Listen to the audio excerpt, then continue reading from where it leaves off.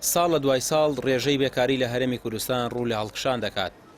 بەپێی ئەمارێکی وەزارەتی کار و کاروباری کۆمەڵاتی عێراق کە لە ساڵی 2022 بڵاو کراوەتەوە ڕێژەی بێکاری لە هەولێر لە 4 و لە سلێمانی لە 3 و لە پارێزگای دهۆکیش کە ڕێژەکەی زیاترە دەگاتە 6.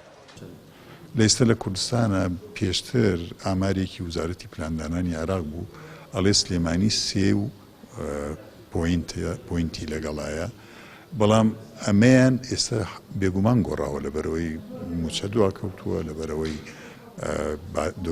نرخی دینار دابەزیوە، ئەمانە بێگومان ڕێژەکەی گۆڕیوە. لە هەولێر ڕێژەی هەژاری زیاترە لە سلێمانی 4 پۆینتی لەگەڵایە و لە دهۆک لامووی زیاترە نزیکی 6. لە هەرێمی کوردستان زۆربەی ڕێژەی بێکاریەکەی دەوترێت بەهۆی نەبوونی پلانی حکومەت و شکستی ئابوووریەکەوەیەتی. حکومەت لە ماوەی ڕابردوودا نە پلانی کوردخایەن نە درێژخایەنی بۆ چارەسەری کێشەی ئابووری نەبووە.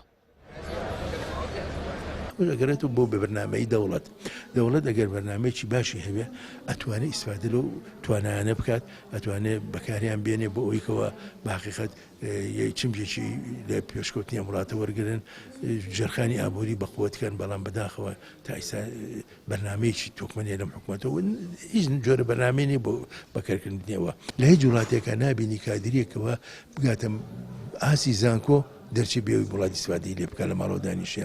ئەمانە هەموو بێکارن، بەڵام بەکو ناوی بێکاری بڵی نازام ناوی بنێم چی بە حقیقەت یعنی چۆن بێکارەکە لە هەموو ڕێکەوە خۆی ئاتا خەرچی بێکار لە هەموو وڵاتانی دنیا لە ساسی و نابێت تێپەڕێ.